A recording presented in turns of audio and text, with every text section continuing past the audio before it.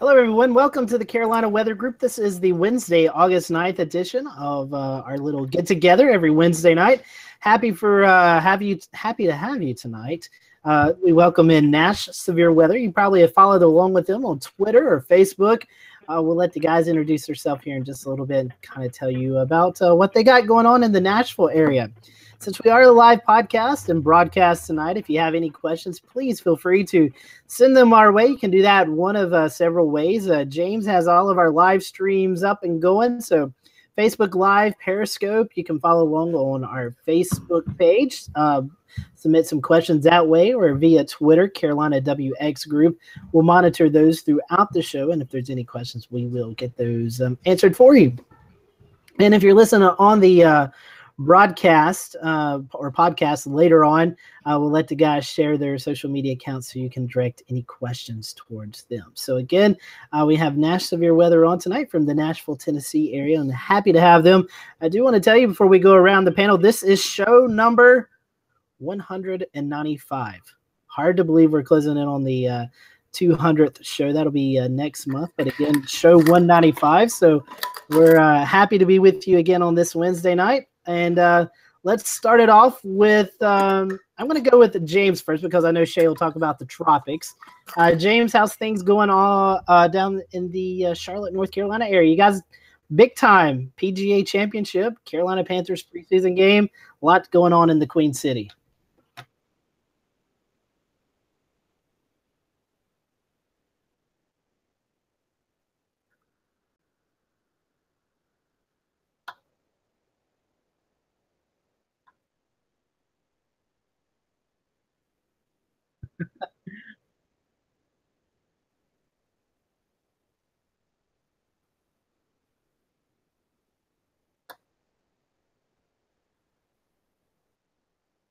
That is true. I actually complained about that today. I was like, we're in the dog days of August, and it's like 80 degrees and not really humid at all. So I, for one, as you guys know, love the summertime, the heat and humidity. So I kind of miss it around here.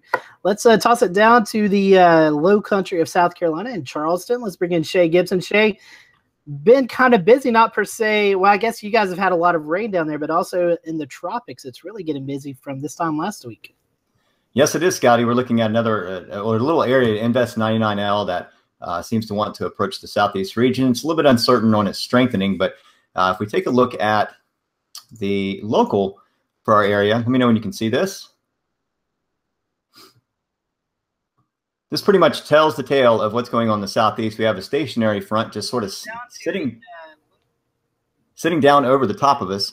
Lots of rain lately. We've had lots of rains and storms. It's pretty warm, pretty muggy and humid, and we expect this to go on through tomorrow. This front will probably back through the coastline and further inland to the mid-state. As we get into Saturday and Sunday, we'll get a little bit of a modest southerly flow to dry things out just a little bit at the coast, but we still have those afternoon storms along the sea breeze to deal with.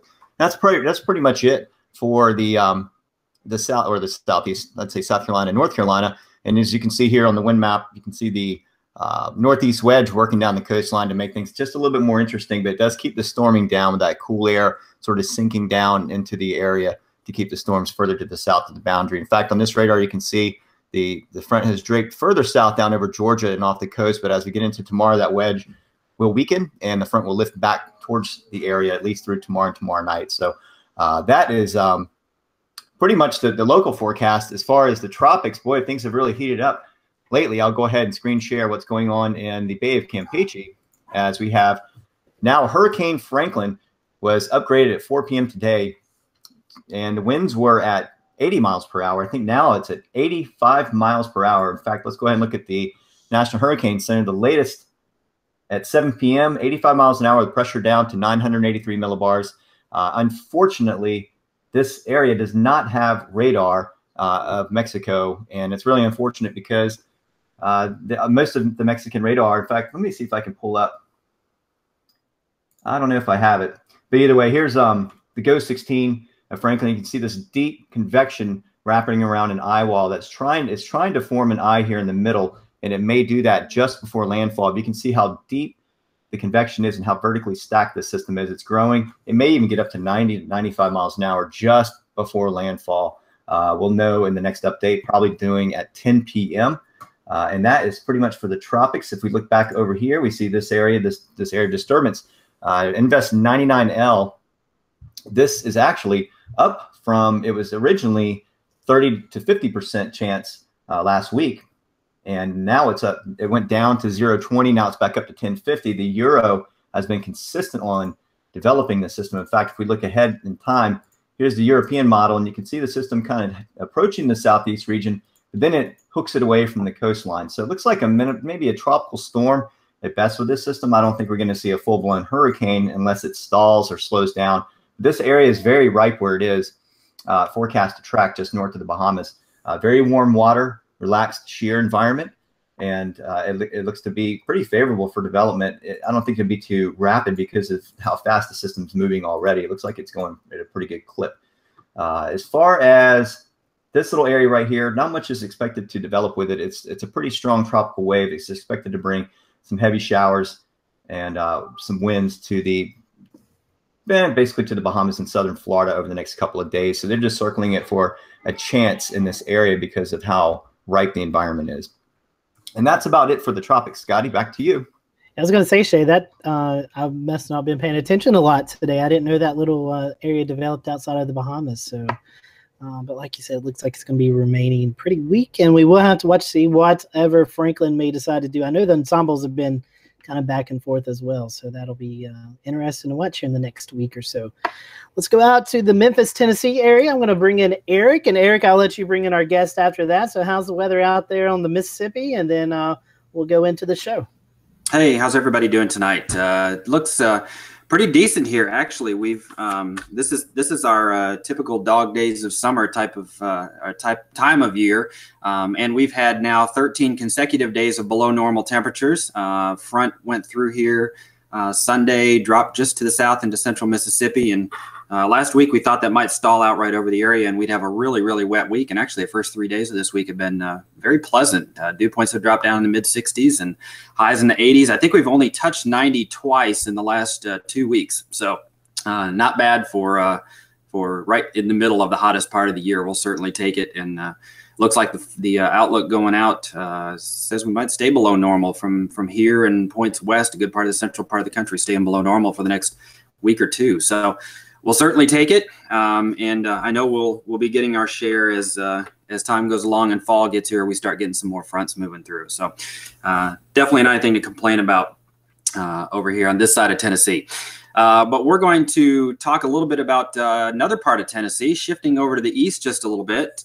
We're glad to have on tonight David Drobny and Will Minkoff from Nash Severe Weather, and they have quite the following over there in Nashville, and a pretty unique kind of story to tell, and how they got into things. I've known Dave and Will for quite a while.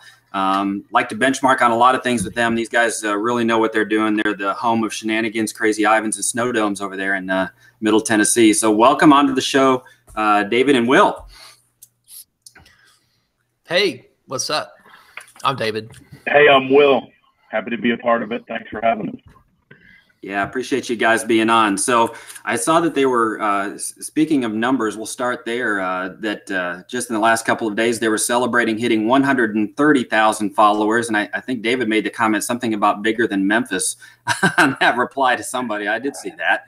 And we still hold true to the true math over here that 901 is greater than 615, and we'll stand by that until the very end. But why don't you give us a little bit of a background? Maybe I'll start with David and then let Will kind of pick up in here as well. How did this all start, guys? And what is kind of your modus operandi over there in the Nashville area? Well, first, thanks for having us. Second, the current temperature is 82 degrees, the dew point 63. I think you'll find that those conditions slightly better in Nashville than they are in Memphis or will ever be in Memphis. And later in the show, if you need on the screen share part of the show, I could show you a couple of articles definitively proving why Nashville is a better place to live than Memphis. And so now to the joking part of the podcast, let me just say at the very beginning, Eric, who is, I've known a long time, is the father of social media in Tennessee doing this weather thing. I got a lot of the ideas for starting this from him. I learned about NWS Chat in Eric's office at Memphis, what do you got, MWN headquarters in Bartlett. Exact location. Undisclosed location. Yes, undisclosed location. There may or may not have been several layers of security, but again, I'm not allowed to say. We've been, Will and I have been doing this together a long time. My story is that when people ask me that question, I always say, you remember in school when you had you were in class and it was boring because you were in the Middle Ages or whatever, and then you get to the part where Gutenberg invented the printing press, and now all of a sudden there's the Bible can be distributed across Europe without the church leadership being the only ones who knew what it said. That was kind of the democratization of Christianity. In my view, that happened for weather nerds like myself when Mike Gibson developed the GR products. And when he first got his products out, I immediately jumped on them because my frustration during severe weather was that I had to wait for the local meteorologist to get to Davidson County where I worked and Williamson County where I live, which is basically metropolitan Nashville. And so I basically learned how to do it. I learned radar. I was already a weather nerd, but learned how to, operational radar meteorology is a whole other thing.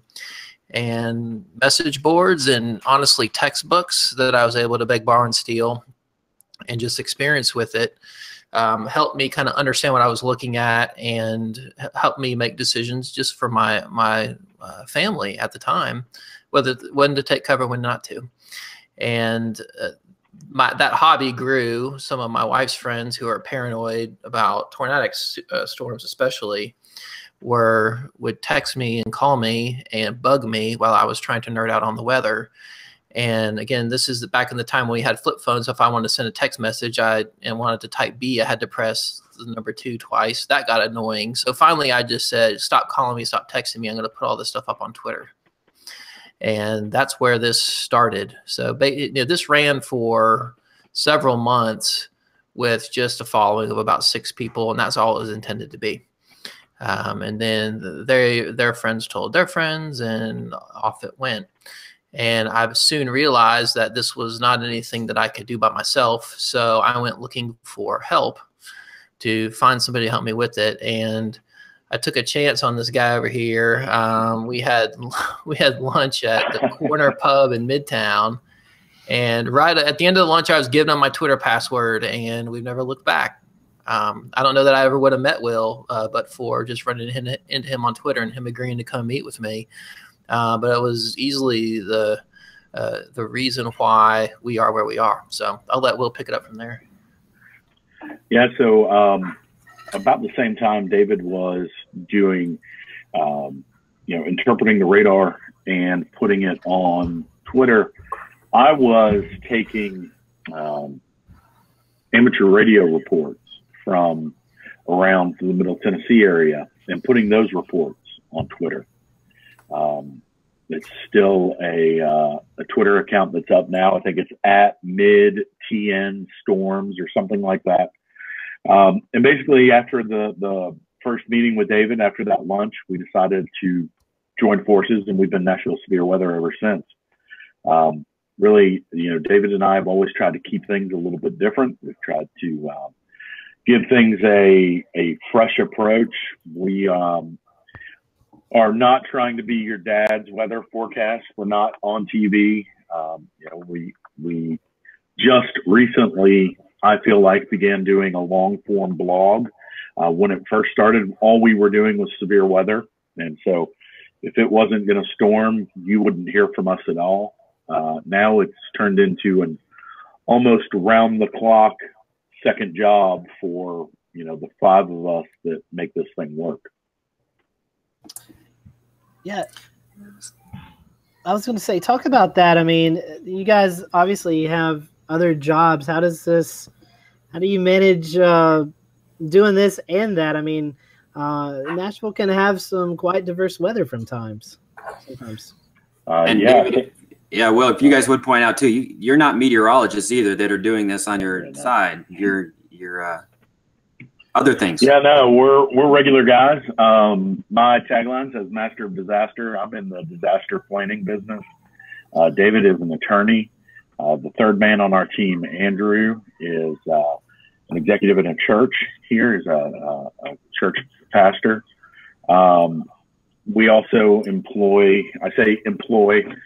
we also work with 2 meteorology students from the university, from Mississippi State University, who help us out a lot, do a lot of the writing.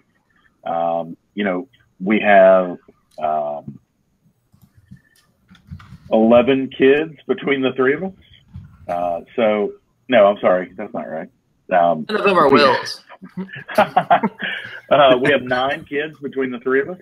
So yeah, it definitely keeps us busy. And talk to us, how did you go about going to Mississippi or acquiring the help from some Mississippi State students? I mean, how does that process go about? So basically what we did was we found out that Eric had interns, and we said, hey man, where'd you get your interns? So he was like, well, here are some resumes, and we sifted through them, and we're on our 4th generation of interns now. And all of them have found jobs, amazingly. Them working with us did not ruin their professional careers and scuttle their dreams. I'm still not sure how that happened, but yeah, the deal we make with our interns is it's kind of like in the West Wing. When if you haven't watched the West Wing, hang up from the podcast and start watching. But the deal that President Bartlett had with Charlie, who was kind of his personal assistant, was once you graduate from law school, I'm kicking you out. And so that's the deal that we have with our interns. Once they graduate and become actual meteorologists, then they need to leave. And the deal is they need to find people to replace them who are better than they were. And we're in our 4th generation, and every year they give us a handful of people, and we go through them, and we give them kind of an opportunity to write for us. And then we will do interviews via Skype and bring them on. And we really rely on the interns to bring us good people. And they have every year. So the current group we've got are Caroline McDonald and Brendan Shaper. They're fantastic, and we brought them on as juniors. I was a little worried about that, but they're entering their senior year now, so we'll have them for another year. And they basically are responsible for our online content. They write every day except for Sundays when they get a break, and they've done a great job. So we've always gotten really good people from state. I have a soft spot for Mississippi. I went to high school in Gulfport, Mississippi. And even though I married into an Ole Miss family, I'm still allowed to have interns from Starkville. So they've really been fantastic, really good. They're not kids; they're professionals, and they're smart about what they're doing, and they also try to have their own voice, which is important to us. So we love our interns. If there was anything that was going to cause us to limit our activity on Twitter, it would have been the time it takes to write these blogs every day. It's taxing. It takes a lot of time and a lot of work. The good thing for the interns is they can turn around with a portfolio of work that they've done for a place where they didn't grow up and they don't live. And, them being able to help us keep the daily blog going and keep our followership engaged is, really one of the most important parts about this whole deal. So let me follow up on that in a couple of different ways. One is with regards to social media, and the other was with regards to the responsibilities for the interns then. What is the philosophy behind you three, the main cast of characters here, doing the Twitter and the interns doing the blog, versus having them get some experience with Twitter and so forth? And also talk a little bit about why you detest Facebook and why you won't ever go there. Will, you want to start that? Which one do you want me to start on? You know what I'm going to say about Facebook is you might I'll want let to. David talk about Facebook. And Eric, your other question was, why don't we let the interns tweet? Yeah. Yeah. I love the interns, but at the end of the day, they are in their early 20s, and sometimes dealing with people in the heat of the moment requires a bit more maturity, we found. It even as grown-ups, it's hard to use that term about yourself. Even as grown-ups, we find that the people on Twitter really have a hard time if you ignore them, if you don't give them the exact information they're wanting at the exact time. People can kind of, I guess, get a little testy. There's a troll factor that we deal with, which we could spend an entire show talking about that. But I think we're still a little bit leery to give the interns the keys to the castle. We do invite them to tweet after they put up a blog post. If they said, hey, I've got great content and I want to put it on Twitter, I don't think I'd say no to them. But it's just not viable for an everyday thing. Yeah, I agree. I think it isn't also a lot of responsibility for them. Caroline actually is from Murfreesboro, which is not too far from where we are. It's in an adjacent county, but the others don't understand what's going on locally. They don't know all the landmarks. They don't know exactly where the Natchez Trace Bridge is. They don't know that, there's Live on the Green is tomorrow night, although they do know that because we've made them aware. But they don't understand the local stuff that's going on. And we believe firmly that the reason this is successful, if it is successful, is because it's hyper-local and it's people who are living in the community all the time. The interns are at Mississippi State. They don't understand what's going on here. I will say that we're actually transitioning during severe weather towards more of a Periscope model than we have in the past. I guess you'll probably ask me about that later, but that's good. I think that's the future of what we're doing. And I think that might actually be the only saving grace for Facebook. Facebook is awful.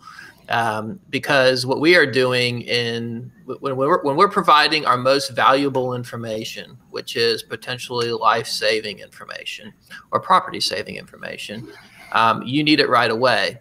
The most important information you need has to be given to you immediately. And if I got to deal with another stupid algorithm that is filtering out my tornado warning with Facebook, or is delaying a report that needs to get to the Weather Service. I mean, I can't tell you how many times I see somebody send me something on Facebook, a 1-inch hail report, or here was a funnel cloud, and I got it 3 hours after the event. That does me no good. And Facebook is not the platform for that, and I won't use it. We used to use it. I used to try to auto-tweet it. I used to go over to Facebook, and I found out that, hey, 3% of the people who follow you on your Facebook page actually saw it, and I don't even know when they saw it. And frankly, it annoys me every time I get on my Facebook page because it says, hey, pay us $5 so we can send it out to another small percentage of your larger audience. I'm like, crap, I can go to Twitter for free and tweet out to 130,000 people if they want to follow it. So I won't use it for severe weather. And because I won't use it for severe weather, I'm not going to use it for regular weather. I'm not going to let people think that they can come to our page to get timely information when they need it most because they saw a forecast about a sunny day yesterday. So I'm off of it altogether. And frankly, if I cared enough about it to go delete the page, I would. And if I did, I'd probably Periscope myself deleting it. It's just not the right platform. It's great for grandma. It's great for your wife. It's great for the crazy lady on the neighborhood Facebook page. I love Facebook for all that, but it's not for weather, and I wish people would get off of it. So, if I could figure out a way to make sure that all the people who follow a live feed that we're doing through this OBS software through Periscope, I would do that. Only if I knew that when I put it up there, people could see it. Because the worst thing you can do is tell people there's important information here, them come to your page and not see it. They think, well, there's no problem. They're not even tweeting. Meanwhile, here comes the storm. So Facebook sucks. Preach. David, I can sort of attest to that. I've done a lot of Facebook Live events from my page, And I seem to have more success with that, but I definitely have more success with my personal profile and or groups that I'm a part of to get the word out immediately. It's the pages that seem to have this algorithm issue. So I totally agree with you on that. Have you tried patching the Facebook Live on your page through OBS software into the live streaming channels? That's the next thing we're going to try to figure out. Right now, we're trying to figure out how to do Periscope well. I mean, I would say 3 months ago, we were literally pointing. This is my setup. I had one of those, what are those mounts that we use, Will? The ones that you love, the RAM mounts? RAM mount. I would take a RAM mount. I would go into my kitchen. I would take a dinner plate. I would flip it upside down. I would attach the RAM mount to it. I would put several books on my desk in front of me, put the whole thing on there, and then point the phone at the screen and Periscope that way. And I was like, man, there's got to be a better way.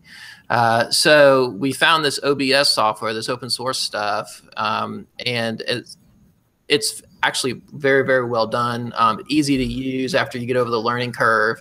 And we're still learning how that works. Along the way, I learned that I was not the best person to do live form, Periscope coverage. And Andrew, who actually used to do some of it in college when he went to school in Arkansas, and who's got, he officiates church services at a pretty large church here in Nashville.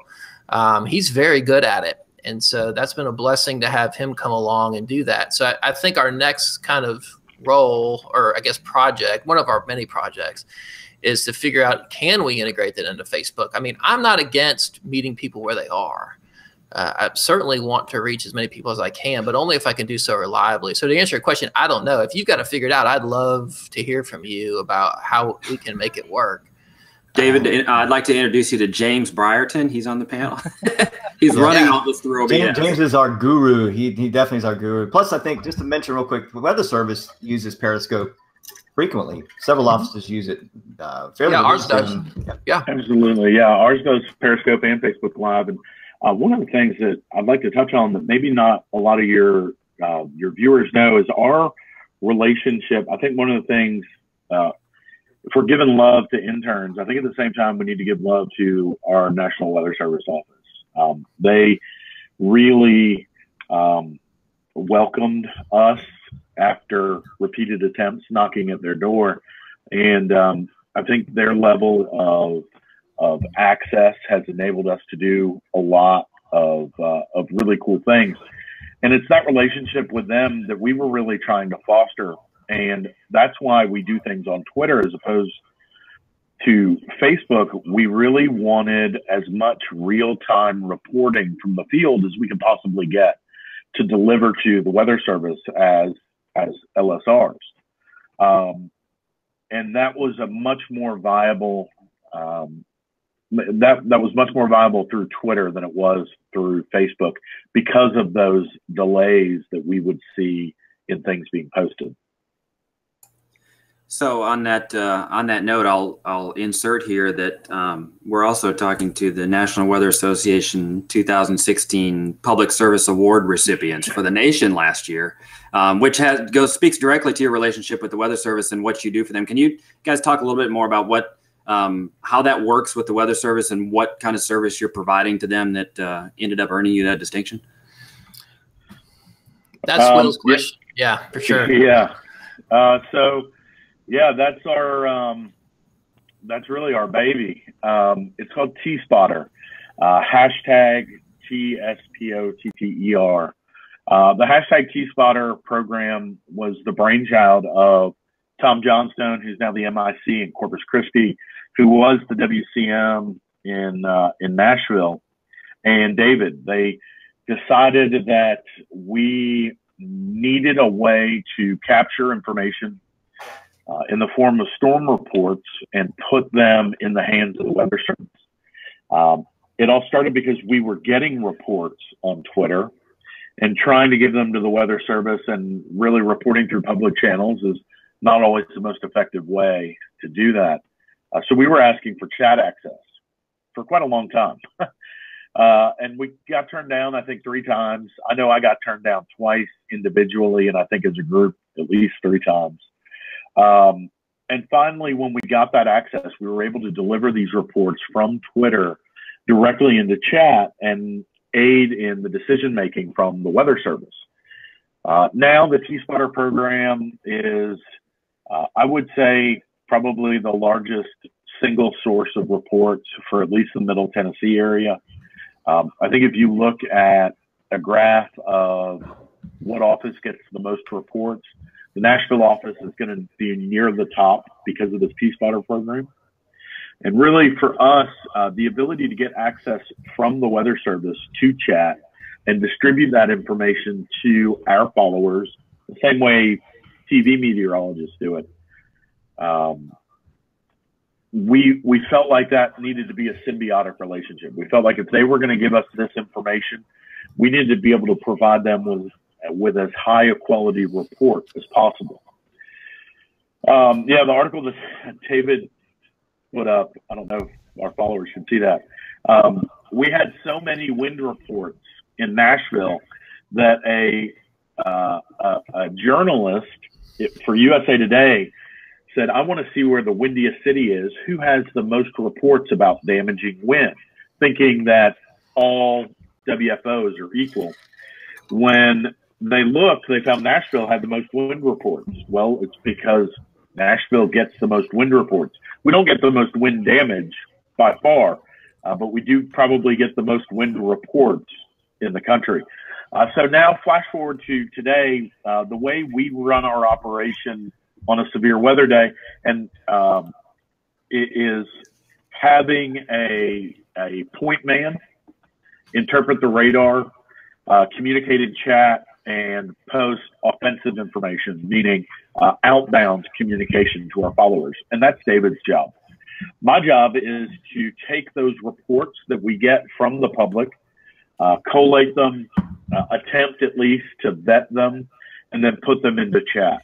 We've got a specific format that we follow when we post these reports, and we would like to think that they make a difference. And I think the Weather Service would agree, and that's one of the big reasons that we were able to win the Walter J. Bennett Public Service Award from the weather from NWA last year, and we couldn't be happier about it. I was honored to even get mentioned in a room full of professional meteorologists, being that we are three guys that just happen to do this for a hobby. And speaking of that, David or Will, how do you guys provide this? I mean, I know GR products are not free. How do you sustain Nash severe weather? I'll let Andrew talk about that. Andrew Leeper, who's the third man on our team, has joined us. And I'll let Andrew talk about that. Sure. Can you guys hear me okay? We got you. Thanks for joining, Andrew. Hey, no problem. Sorry I couldn't be here earlier, but I appreciate the invitation.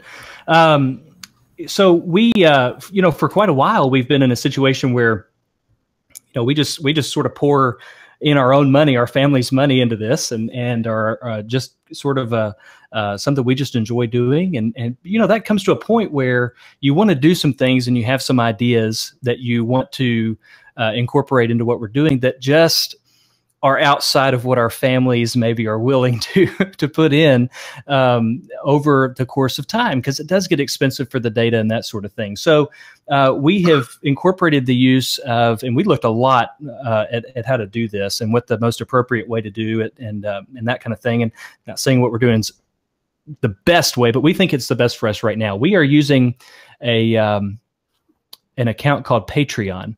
And it is sort of a subscription type service, not a subscription to our material. You're not paying to see our material. It's not behind a paywall. But what it does is it hits your bank account with whatever you pledge every month, and whether it be $5, $1, $10, or $50. And so it allows us a continuous stream, if you will, of funds that we can, for lack of a better term, count on from month to month. And so it's not a one-time crowdsourcing type of thing, and then you're sort of on your own after that. So that has helped us tremendously, and we've been able to get some data that we wouldn't have gotten otherwise. And we've been able to look at doing things that we really wouldn't have done had we not had those funds coming in. So that's been really, really exciting to watch happen.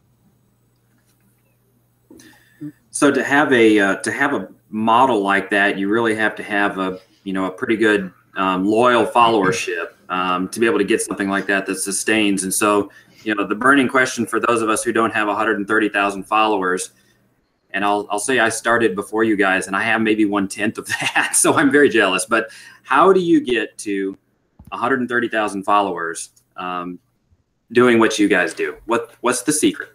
David, maybe that's for you.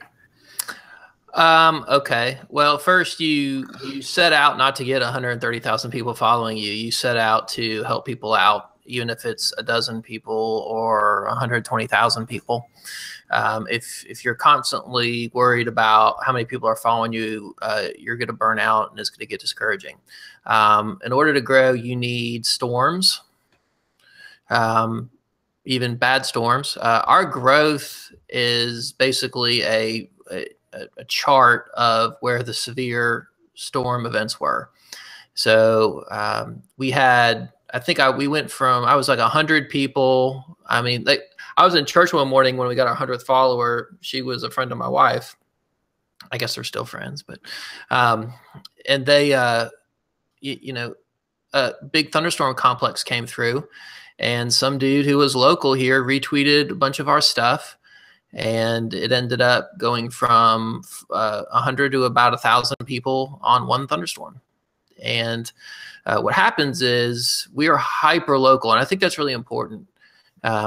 We're only 2 counties. Now, there's a lot of people who live here, but if you try to cover too much of an area, I think you're kind of running into, well, I can get that from the TV people. I want somebody who's super, super local, because honestly, the people in Nashville don't care about the storm in Clarksville. So I think that's helped us. And then we've been fortunate. People with huge followings have retweeted us. We had the big event, the March 2nd, 2012 event, where we were high risk.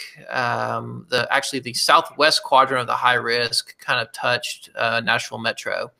And we were a quiet day. Our dew point stayed 57, 58. Didn't get quite high enough until a supercell appeared north of Jackson, Tennessee, and Wynnum was due east. Dropped a tornado in Ashland, Cheatham County, south of Ashland City, which is right along I-40 coming into town. It had a nice little signature on it, and it was tornado warned. This is now at 4 p.m. on a Friday afternoon. There is a SEC women's basketball tournament downtown. People are getting out of school. I-40 on the east side of, I-40 on the west side of town, moving east, is busy. There's a bunch of people up, and here comes a supercell, what's already produced a tornado. People aren't in front of their televisions. They're just not. And at that time, social media wasn't as advanced. There certainly weren't streaming apps that people could go and get local TV coverage. So we were, I tweeted by myself on that, just on the outbound stuff for, I think on that day, it was 15 hours straight. And when that thing came in, it was dropping, I think it was 2-inch hail in some spots. I don't know if it was quite that big, but it was a huge, huge event. And the #1 radio station in the South for sports basically read all our tweets on the air. So we went from about 2,000 to about 8,000 in about 4 hours. And then from there, I'm sorry, let me interrupt. Who was that was reading the tweets live? Clay Travis on 104.5. Clay, he's a polarizing figure. I can say he's an above average basketball player. And he did score, I think 12 points on my basketball team, but 2 of them were 3-pointers that went off the backboard and should not have counted. But Clay was a big fan, and those guys, even the other guys on there, Blaine Bishop, who was former cornerback for the Titans, and Brent Doherty, those guys are still on the radio. They're constantly talking about what we're doing because we're very, very specific to 1 or 2 counties.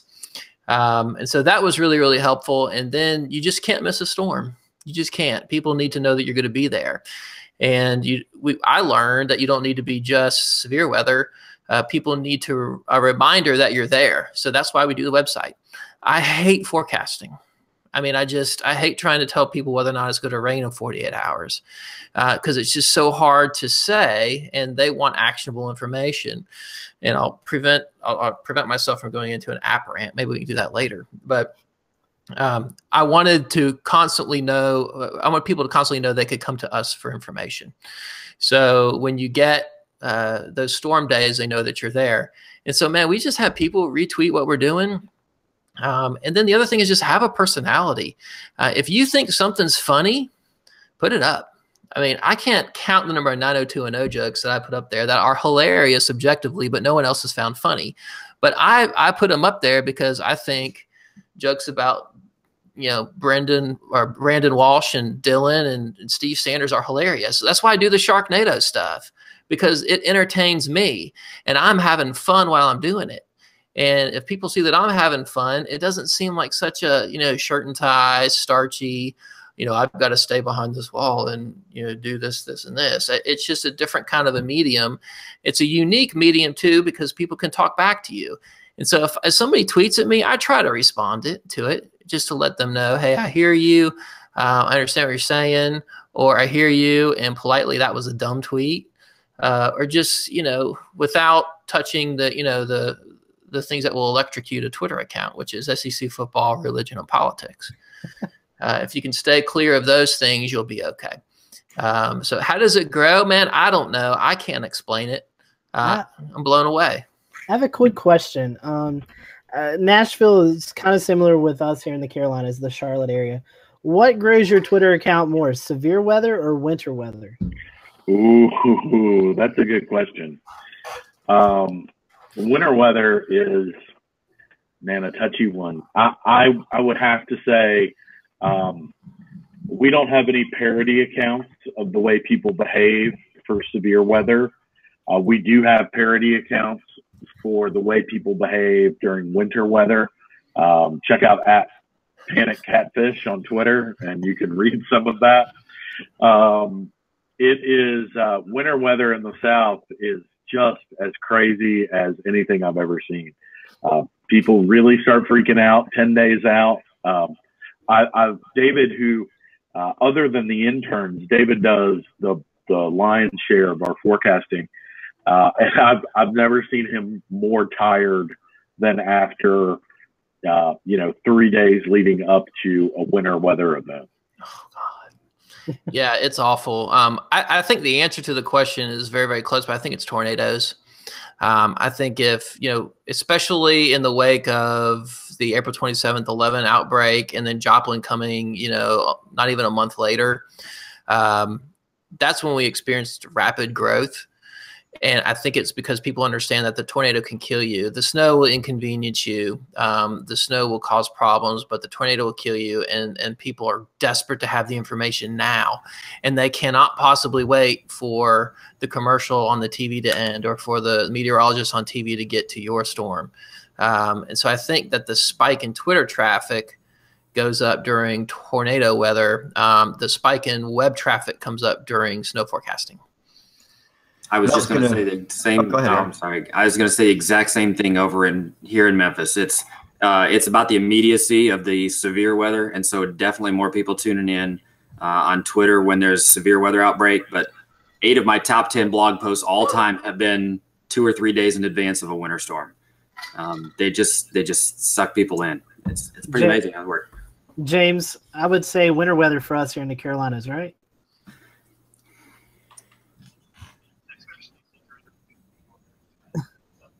Well, yeah, no, I mean, speak for yourself up there in Western North Carolina now. I mean, here we got tropical systems. That's the big thing here. So, I mean, that's when my traffic goes up really high is when we have a tropical system. I think Matthew last year, wow, kept me pretty busy. Gentlemen, I'd like to get to your website. If you'll allow me to do that, I would go ahead and share the screen. And also want to ask if you have a weather app maybe in the pipeline for everyone to use.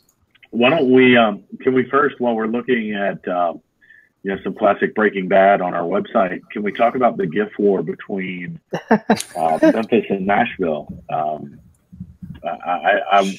interested to hear what Eric thinks about our GIF game. What I think, I think that my opinion differed slightly from my intern's opinion because they were very quick to to jump in there. My interns have a very strong GIF game, but you guys have kind of built your not saying you haven't built your status or whatever on the weather information, but the methodology that you provide it is certainly eye grabbing, and you know, it's something that gets people's attention. They see personality, real folks behind it, and so the GIFs in your blog definitely are right up there at the top. And but I'll tell you what, Alex will be on here in a few weeks, and we'll ask him again about how that GIF war went, because he was manning the machine guns on that one.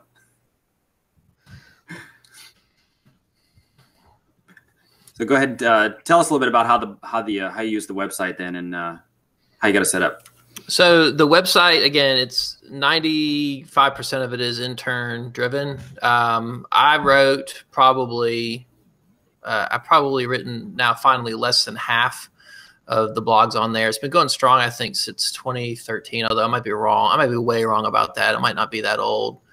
But there's lots of stuff like about the website that I hate. Like, for example, that little strip along the top. We're working on that thing that we pull off the Weather Services page where it says Chance T Storms. That's crap app stuff that I hate, but people want it. And honestly, because it's from the Weather Service, I don't have a problem with it, because I know those numbers come from people with brains and not vomited model output data from a mysterious source. And then we're actually almost to the point of putting a new radar site up there for people. But what I tell the interns with that's the existing one we got. It's fine, but the other one we got is going to be so much better. And this website, by the way, was a disaster until we got the Patreon thing off the ground, because the thing kept crashing. We didn't have enough. I mean, I know next to nothing about how websites work. I just knew that mine would crash and I would be sad. And then it would make me mad. And so we hired a guy who's been fantastic, who's worked way harder than he probably should on it to make it stable and make it look good, because he was one of the first people who followed, and he's really done fantastic work. But this website is a project that's going to, I think, get a pretty good overhaul. But anyway, so I'm really proud of where we are now versus 6 months ago. I think it can get a lot better, and it will get a lot better as soon as we get it moving. But as for kind of the content, I tell the interns this is a blank slate, and you guys can do with it what you will. But there are rules, such as don't give your own forecast. You're required to read the forecast discussion from the morning AFD from the Weather Service in Nashville. If you're going to cite a source, you better cite the source. Not I think or someone else thinks, but this model says this and this model says that. We're very big on expressing uncertainty. We're very big on making absolutely sure that we're not telling people something we don't know. And then we're also big on telling people when we screw up, which is often. And I think that transparency helps grow it. But yeah, as you're scrolling by, like those radars, all that stuff's going to get taken down. I mean, that stuff, I think even the Weather Service is probably embarrassed by what that product looks like. I mean, that looks like something from the Weather Channel in like 1991. By the way, that River Stage page is really helpful, especially when we're getting a lot of rain, and you don't got to tell Nashvillians to worry about flooding after what happened here in 2011.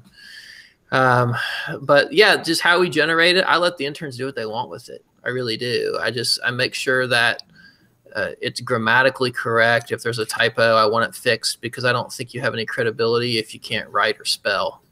And I think that's important.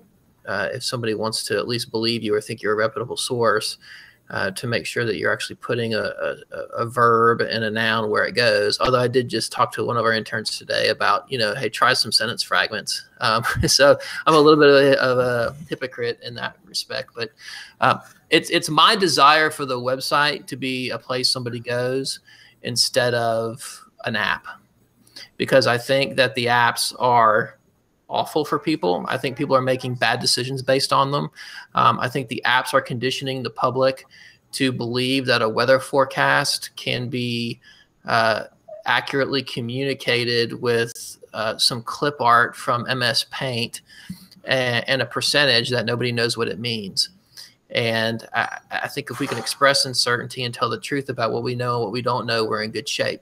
So that's what this website's supposed to be. Plus, if you're anything in the new economy, you have to have a website.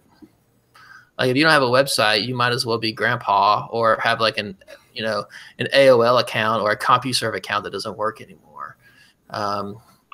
So we definitely tried for a long time not to have one. Yeah, that's right. We did. But it's unavoidable. I had one started. I didn't like the way it looked. I didn't have the time for it. And then I abandoned it. And then I came back to it because I realized how important it is. And frankly, in a snow forecast, you cannot use Twitter to accurately convey the information. So you need more of a space to put it. And then, of course, the other frustrating thing is, I'm sure we all have experienced, is when somebody comes to you and you've just answered a question on Twitter about whether or not we think it'll be freezing rain or sleet, and then you spend all this time answering it, and then you do a blog, and then somebody comes and says, hey, what's going to happen tomorrow? It's like, if we can just train people to go to the website to get the information, if they have questions, then they can come to us. And I dream about putting at the end of each blog a code word, like bananas or something. And so if you have a question and you want to ask us, you have to type bananas, and that way I know you read our blog, and then we'll listen to your question. And there's a lot of kind of jerk moves that I want to do like that, but at the end of the day, we have to be patient with people. They've just come to us for information, so we probably shouldn't be jerks about it. David, can I jump in just a second? Yeah. So one thing about the website that is fairly recent is that over on the right, you'll see a Twitter feed on the right side of the website. And the reason that we decided to put that there was that we realized that not everybody that wants to follow us wants a Twitter account. And so, we invite them to be with us as well. So we want them to follow us, but they may not want a Twitter account. So they can just go to the website, and those tweets will update automatically over there on the right side of the website. And that was based on some feedback that we got. And so there's those kinds of improvements that really we didn't know how to do earlier on before the Patreon thing happened, and we got our web guy, and he's been so helpful in getting that kind of thing up and running. And that's just one of those features that we have found to be very helpful to the website. Very cool. I want to get back to David on Sharknadoes. I think shark dynamics are amazing. I can't wait to forecast them one day. Yeah, did you see that article that the Capital Weather Gang was putting around about how Sharknadoes may actually be real? Because apparently some fish got ingested and spit out on a beach somewhere. I don't know. But look, Sharknado is the one kind of vacation I take from being strictly about weather. And frankly, I think we should review Sharknado 5 here while we have a minute. I was really disappointed with it. I thought the first 30 minutes were fantastic, and then it just really jumped the shark after. I can't believe I said that. That was an unintentional pun. But Sharknado is great because famous people come on and they get eaten by a shark, and you never know who's going to show up. And so I love it. And gosh, did y'all see the hashtag on it the other night? I mean, it is scrolling. I mean, you have to stop it in order to see the tweets. People really are watching this thing. Oh, it's a cult classic for sure. It was really, really good. Although I don't know. I mean, at the end of it, I was like, come on, guys. I mean, they're obviously queuing up for another sequel. I guess this will be number 6, and I'll watch it. But they need some famous people to get eaten by the shark. At some point, they got to eat Al Roker. He's been on like every single one of them. And I want to see some other people go. But the Bret Michaels scene was hilarious. I was screaming, laughing. It was great. I think we need Jim Cantori in there with a baseball bat next time. For sure. Yeah, that'd be awesome. He would totally do it too. Yeah. So I got one more question. I know we're getting on the 9 o'clock hour here. I'm not sure if you guys touched on this earlier or not, but how did you get interested in weather? What drives your passion for weather? Andrew, why don't you or Will take that one? Okay. Well, we all have our stories, right? We all have our stories about what got us interested in weather, first of all, but also telling the public about what's coming. And I tell you, I think I share this story with I think it's Will, maybe April 16th, 1998. An F3 tornado went through Nashville, and I was watching that on TV and saw that happen, and it was one of the scary moments in our town, and it was just amazing what happened, and it was terrible. But as a young guy, that really got my interest up in weather. I mean, I watch the videos of that day now, and I go back and I'm just like, man, that is just incredible. So I think all of us have a story, but that was that moment, I think, for me, when I said, I think I want to not only get interested in weather, but I also want to be sure that those truckers that were driving on the interstate at that moment that had no idea what was coming, that was going to impact them in a few moments. But how can we tell people what's coming when they just have no idea? All right. And how about you, Will? Yeah, same event. April 1998, was a senior in high school. The tornado came right down West End Avenue in Nashville, which happened to be the same street my school was on. Remember vividly going into the basement in the theater building of the school, where there was an underground area. But even more vividly, remember the devastation in East Nashville. Remember being in our service club for high school and going over there and helping with debris removal. Just the number of the thing that stays with me, the thing that I try to keep in mind when I do the weather, were the blue tarps on the roofs of all the houses in East Nashville when the tornado blew holes in one of the most depressed parts of the city at that time. That's something that really stuck with me and something that really piqued my interest in the weather. Yeah, so if you can see my screen, this is the Nashville tornado. This was actually taken not far from where my former office was. We since moved into the Gulch. And when this tornado was going through, I was in college in Mississippi.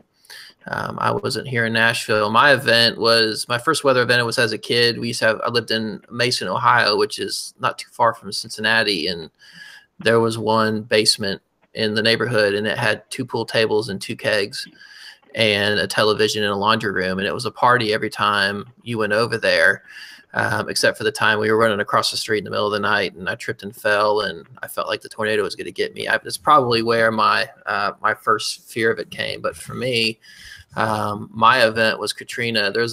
If you want to read more about it, if you just go to our website, go /Katrina. There's a very, very long post about what that did to me. We had moved from Gulfport when it had come, or after it had come, but I went down with my church to help clean up afterwards, and that's the story of this. It's for those of you who've been in a tornado debris path, or have seen something like the place where you went to high school and your family lived and something just wiped completely clean. That does something to you. On this map here, this is where the mall was. One of my houses was right here, and it got completely destroyed. And then if you were south of these railroad tracks, you were toast. Nothing really withstood the storm surge that came through. And so I could go on and on about this, but this was my event. And this, I think if this had not happened and I had not gone down there in 2005 and spent 5 days trying to clean it up, I don't know that I'd be tweeting. I really don't. This is where my sister used to work, not at the sports pub, but there was an ice cream place back here. And it's just weird that you can see clean through something that was part of your daily life. Imagine your house and the Chick-fil-A down the street, or the McDonald's and the whatever is close to your house. Imagine it like this. It's unbelievable. So I mean, this is common stuff. And so we walked around this. It was my job to navigate a chainsaw crew through there. And anyway, this is the story of that. So if you go to our website /Katrina, that's my why. That's what got me interested in it. But I'm a weather nerd just like the rest of you guys. But this is what makes me motivate. I mean, just look at this stuff. I mean, this is my church right here. And this is where I spent all my time, in the library. On the second floor was where I spent, with the periodicals, because I was a debate team nerd. It just, every little place, when a storm takes it away from you, I just get just sad and angry and upset all at the same time, just kind of scrolling back through these images. And so I imagine there's going to be a whole other generation of kids from Glenn Campbell and or Phil Campbell, sorry, that guy just died. Phil Campbell and from April 27th, and from Tuscaloosa, and from Coleman, and those kids in Missouri at Joplin who had this happen to them, except they hadn't moved away. That was actually their house, and that was their school. And if I can do a little bit to help people through it or to avoid getting hurt by it, that's what I'm going to do. And that's kind of my why. That's awesome right there. That's very touching. Well, like Shay said, we're past the 9 o'clock hour. I have one last question for you guys. Well, what's the future for Nash Severe Weather? What does it look like 2, 5, 10 years from now? I don't know. I told Tom Johnstone at the time when we kind of started this T-Spotter thing 5 years ago that in 5 years it'd be obsolete. That was wrong. I think the future is video. I think that's the future. People aren't using televisions anymore. This is the new television. And if you can deliver content to this thing via in a muted content or a sound audio content, where, because a lot of people, they're at work, they're watching, they can't have it on. I think if you can deliver information via the phone, via video, that's hyper local and right to the point with a little bit of personality, that's where weather's going. I agree. And now that Ginger Z has an apartment there in Nashville, does that mean that you're doubling in the next 6 months when she gives you a shout out? Wait, no, really? I didn't know she moved here. Yes. Her husband got a job in Nashville, and they've got an apartment there. Where is in the Gulch? It's probably in the Gulch. I don't know, but it was in her tweets today. How'd we miss this, guys? She's more than welcome, as you have in the past, Eric. She's more than welcome to come write a guest blog post anytime. Perfect. Well, Eric, are you guys going to talk about who's better, Memphis or Tennessee or Nashville, as we close out the show? Well, I mean, I guess it depends the topic. I think pro sports. Oh, I don't know. Grizzlies have had quite a run. We'll see. You guys have I'll give you the NHL though. That's you've upped your game here in the last couple of years with that. So barbecue, you guys come on down anytime. Limitless. I mean, it's really not even worth discussing. No. The only thing that Memphis had us on, and I can say this as a former Memphian, the only thing Memphis had us beat on was they were bigger, and that's not true anymore. Nashville has just this year passed Memphis in size, and I suppose if we are going to lose the title, it'll be because the traffic gridlocks the entire city. That might be the only way. But, the fear here is that we're turning into an Atlanta. So I guess the lesson is not to get the Olympics here, which will never happen. But, there's a lot of good people in Memphis. And in all seriousness, I don't know that I'm sitting here talking to you guys about this without Eric helping me along the way. There's no way that happens.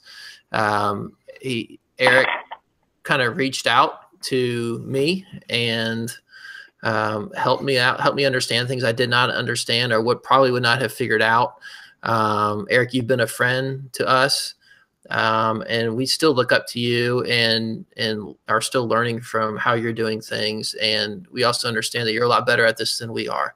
I don't think that the follower numbers has anything to do with it. You serve them very, very well.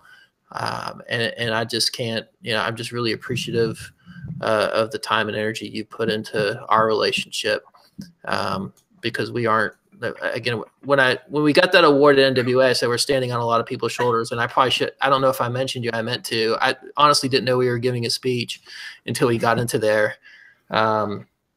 But when I say that you are the guy who blazed the trail here, it's the truth. Well, and it's thank you, and it's also a testament to what you guys do, though, and we don't have time to get into the details. I'd love to, but that you have replicated that throughout all of Middle Tennessee, with individuals covering pretty much all the counties now in Middle Tennessee and serving the Weather Service there in Nashville. So to be able to take what you've done and franchise it basically out to serve the people of Middle Tennessee is just it's amazing that you've done it, and congratulations are certainly in order for all the kudos you've received, because it's definitely well worth it. Well, thanks. Yeah, thanks. Yeah. If we're gonna grow and get better, it's because we got Andrew over here who's really kind of kicked us in the butt and helped us get better. I noticed you said Memphian. Does that mean Nashville or Nashvilleans? Yes. Yeah. I mean, as long as you concede that we're winning this argument, you can call us whatever you want. Yeah, except it appears that 2 of the 3 of us lived in Memphis at one time and then moved to Nashville. So I was born there, and oh, I didn't know that. You were born in Memphis? Yep. Oh, see, it's all over now. So you guys have ruined. Carolina Weather Group is the official end of Nash Severe Weather. Well, great. Oh, that's good. Yeah.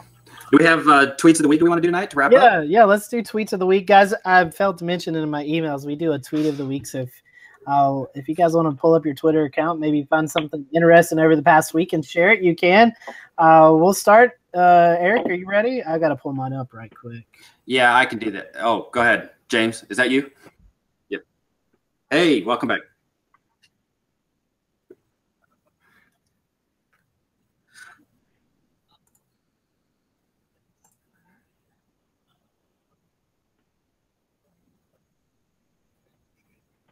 Mm-hmm.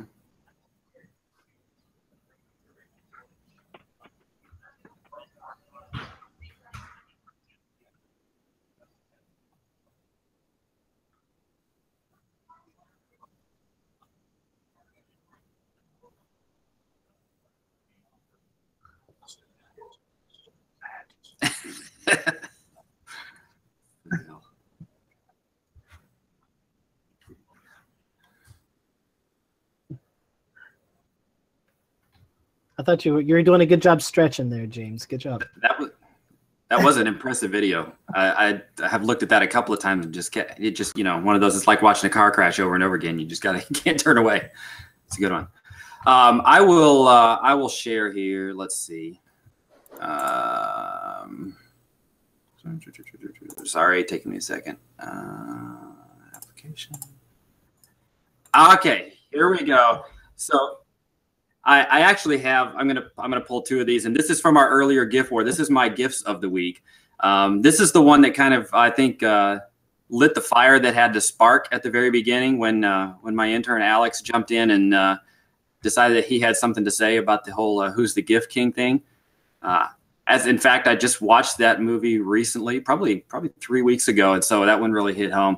And then I got to also give a shout out because I have great interns and they have impeccable timing. Adam was another one that we had that is one of my interns, and he's been working full time up in DC this summer. Hasn't really been as involved. But he saw this going on, and he walked in, and he just came up with the "sorry, I'm late." And I gotta admit, it's lame, but I was rolling on the floor laughing when he comes in the middle of all of this that we were doing, and just casually walks into the conversation. So I thought that was pretty hilarious. Anyway, has nothing to do with weather. But that's okay. They don't have to be. That's right.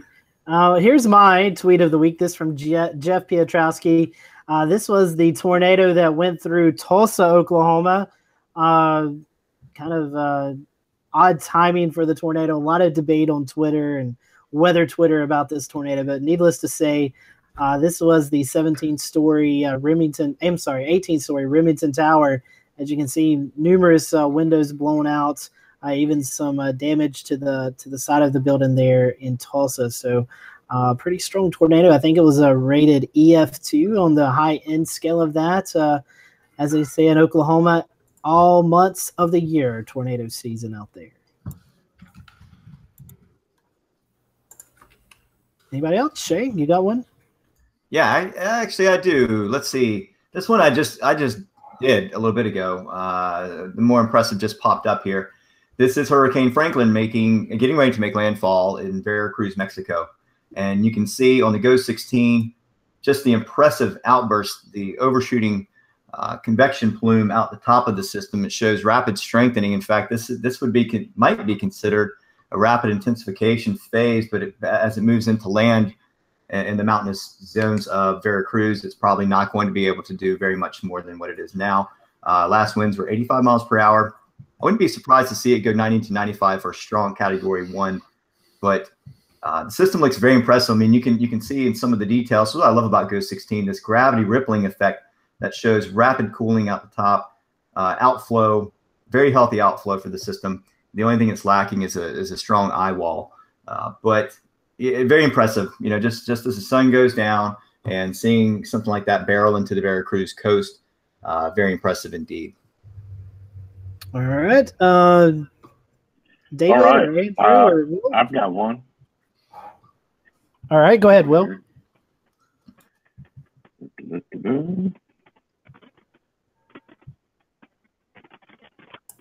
Memphis was faster. Yeah. All right. So yeah, let me hit my screen share here. Say that. So this was mine for the week. What I think has to be the funniest. Man, that thing launched. It's gone. It really did. Vortex dynamics in the backyard inside the fence area. Wow. Where is that? Unknown place, unknown time. Wow. It's a good thing the kids weren't on it. Maybe are you sure it's not Nashville since you guys are the windiest city? It could be. Could be. We call those God's Frisbees over here. Always the first thing to go. Here, I'll show mine, and then Andrew, you can come after me. This is just one of the thousands of tweets with this map on it. Just a friendly reminder that if you want to go into the path of totality of the eclipse, you can't go to Memphis to get it. Coming over to Nashville, we've got everything. I mean, if this is not yet another reason why Nashville is superior, I don't know what is. I mean, God has basically decided, you know what? They're cool. I'm going to give them the path of totality, and we're going to leave Memphis out of it. Oh, that's awesome. We're closer in 2024. Well, I mean, by then the world might not still be here. Well, Watch the news. Yeah, I wasn't going to ask your question about how you think nuclear winter is going to affect climate change. We won't go there. Sounds cold. Nuclear winter. All right, Andrew. It does. Okay. Hey, I don't have a screen share because I'm looking at this on my other computer. Apologize. But Rick Smith tweeted something. This goes back to the Tulsa, Oklahoma tornadoes. He said, last night storms remind us Oklahoma tornado season runs from January 1st through December 31st. Storms don't use a calendar. And that has been so true here in Middle Tennessee. I mean, we had a record number of tornadoes in July of like 2015 around here. That was just incredible. We had a day where we had numerous tornadoes right here in the metro area, and you just can't ever let your guard down. And we figured that out the hard way that day. But it's true everywhere. And so that was just a tweet that stood out to me this week from Rick over in Oklahoma City. Is this the one from National Weather Service Tulsa? This was a tweet specifically from Rick, but same kind of thing. There have been multiple messages, same kind of thing over this past week. You just, you never know. Right. Yeah, I was trying to grab it for you. I didn't know if it was recent or last week. Yeah, this was from Sunday, I believe. Sunday from Rick, the 6th. I remember have it here in a second. Hang on. Yeah. 11:26 a.m. Right. Yeah. Well, I wish I could pull it over for you, but have a look. That's all right. Eric, you want to? We're excited about our partnership with you guys. Kind of give us some updates on that. Yep, absolutely. So just a reminder to everybody that the Stormwatch Plus app, which if there is one app that the Nash Severe Weather folks actually do recommend, it is this one, and we're glad to have the partnership with them as well. Remind everybody that Stormwatch Plus is your severe weather warning app.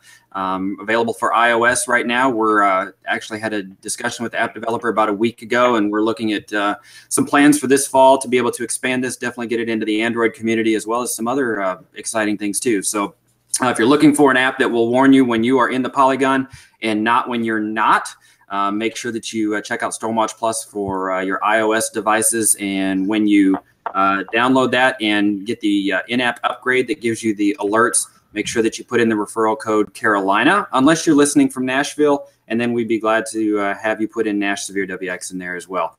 Either one of those, we're thankful for everybody who checks out the Stormwatch Plus app and uses that to keep their community, themselves and their family members and everything safe during severe weather.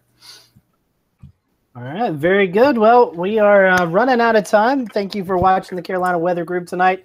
I'll give you a quick rundown. Next week, our show, I'm not sure about.